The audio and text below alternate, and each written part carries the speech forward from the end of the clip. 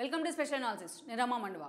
ఈరోజు అనాలిసిస్లో భాగంగా మనం తీసుకోబోతున్న టాపిక్ ఏంటంటే, ఈ రోజున గౌరవాధ్యక్షురాలుగా మొన్నటి వరకు వైసీపీకి పనిచేసిన జగన్ తల్లి ఎవరైతే ఉన్నారో విజయమ్మ, ఆమె పూర్తి స్థాయిలో ఈరోజు జగన్ వైపు బొగ్గినట్టేనా అంటే అవుననే చెప్పాలి.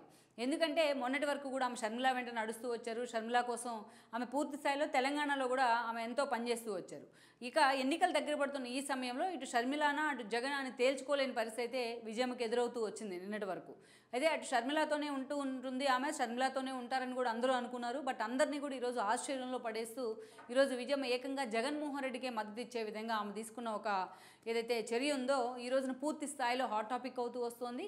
ఇక అదే సమయంలో విజయమ్మ తమకు దగ్గరైంది అనే ఒక ప్రచారాన్ని కూడా వైసీపీ ఈరోజు సాలిడ్గా జనంలోకి తీసుకెళ్లే ప్రయత్నం చేస్తోంది.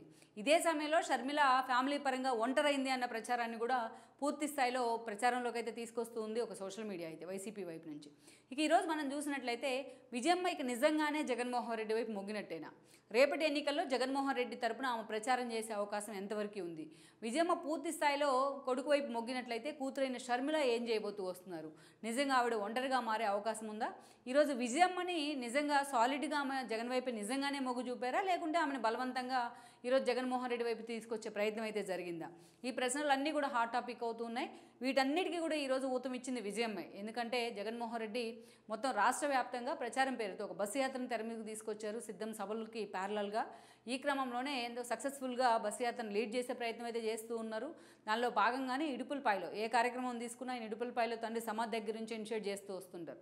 దానిలో భాగంగానే ఈ రోజున ఆయన ఇడుపులపాయ వెళ్ళడం జరిగింది. అక్కడి నుంచి తన బస్సు యాత్రను కూడా షురూ చేశారు.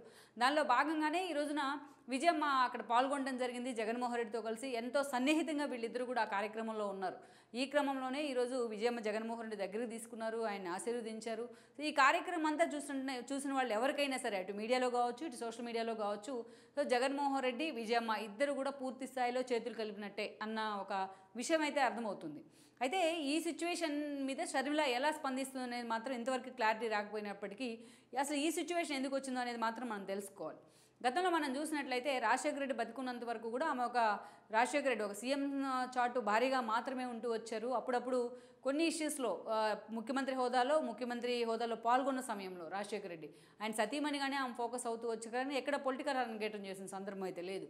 రాజశేఖర రెడ్డి ఎప్పుడైతే 2009 ఎన్నికల పరిణామం తర్వాత ఆయన హెలికాప్టర్ ప్రమాదానికి గురయ్యారో అప్పుడు జగన్మోహన్ రెడ్డి అక్రమాస్తుల కేసులో ఆయన అరెస్ట్ అవ్వడం జరిగింది. అప్పుడే విజయమ్మ అండ్ దెన్ షర్మిల ఇద్దరూ కూడా జగన్మోహన్ రెడ్డి తల్లి చెల్లి ఉప ఎన్నికల ప్రచారం రూపంలో ఆ రోజు పూర్తి స్థాయిలో రాజకీయ అరంగేట్రం చేస్తున్నారు. ఆ రోజున కాంగ్రెస్ టీడీపీ నుంచి వచ్చిన ఎమ్మెల్యేలు వాళ్ళ మీద అనర్హత వేటుపడతాం, ఆ క్రమంలోనే ఆ ఉప ఎన్నికలకు తెరలేవడం జరిగింది. వీళ్ళిద్దరి ప్రచారం కారణంగానే ఆ రోజు మెజార్టీ ఆల్మోస్ట్ క్లీన్ స్వీప్ చేసింది 18 అసెంబ్లీ కాన్స్టిట్యున్సీస్లో అండ్ 2 పార్లమెంట్ స్థానాల్లో వైఎస్ఆర్సీపీ. ఇక ఆ తర్వాత పరిణామాల్లో మనం చూసినట్లయితే విజయమ్మ పార్టీలో గౌరవాధ్యక్షులుగా మారారు. గౌరవాధ్యక్షుల పదవిని అయితే తీసుకున్నారు ఆవిడ. అటు సజ్జల సాయిరెడ్డి లాంటి వాళ్ళ సలహాల క్రమంలోనే ఇటు మేకపాటి సుబ్బారెడ్డి లాంటి వాళ్ళని ముందు పెట్టుకుంటూ కూడా ఆమె అనేక కార్యక్రమాలను ఇనిషియేట్ చేస్తూ వచ్చారు. ఇక షర్మిల పాదయాత్ర చేస్తూ వచ్చారు. ఇక అప్పటి నుంచి చూసినట్లయితే శోభా నాగిరెడ్డి లాంటి వాళ్ళు విజయమ్మకి చేదోడు వాదోడుగా ఉంటూ ఆమెతో పూర్తి స్థాయిలో పొలిటికల్ అరంగేట్రం చేయించడంలో సక్సెస్ అయ్యారని అనుకోవాలి.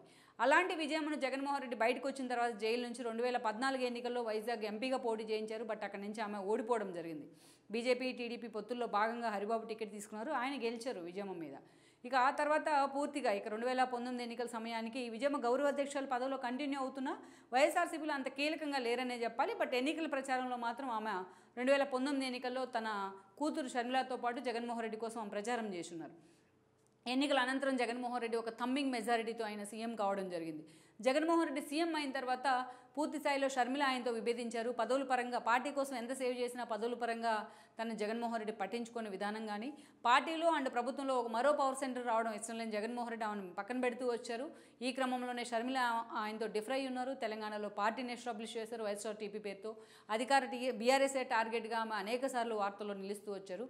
బట్ ఎన్నికల ముందు తన పార్టీని విలీనం చేశారు కాంగ్రెస్లో. అయితే అప్పటి నుంచి షర్మిల తెలంగాణలో పార్టీ పెట్టిన తర్వాత విజయమ్మ ఏకంగా ఏపీలో తన గౌరవాధ్యక్షుల పదవికి వైసీపీ గౌరవాధ్యక్షుల పదవికి రాజీనామా చేస్తున్నారు. డే 1 నుంచి కూడా ఆమె షర్మిలతో నడిచే ప్రయత్నమే చేశారు. ప్రతి అడుగులో కూడా షర్మిల అడుగు కలిపారు ఆవిడ.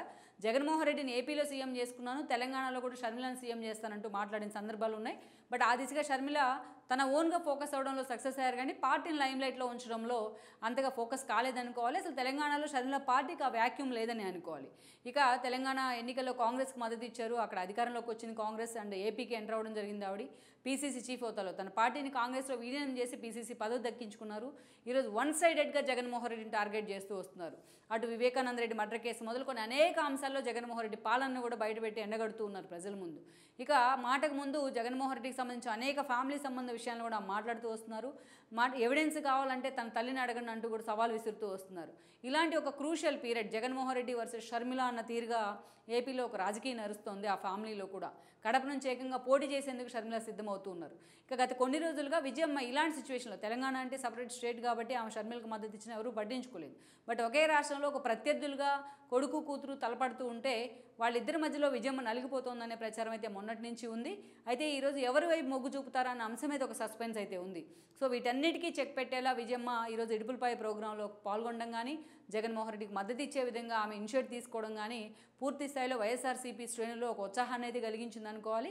ఇక ఈ ఇష్యూ చూసిన ఎవరికైనా సరే రేపటి ఎన్నికల్లో విజయమ్మ మరోసారి వైఎస్ఆర్సీపీకి తన కొడుకు తరపున ఒక స్టార్ క్యాంపైనర్ కాబోతుందని కూడా మనం చెప్పక తప్పదు.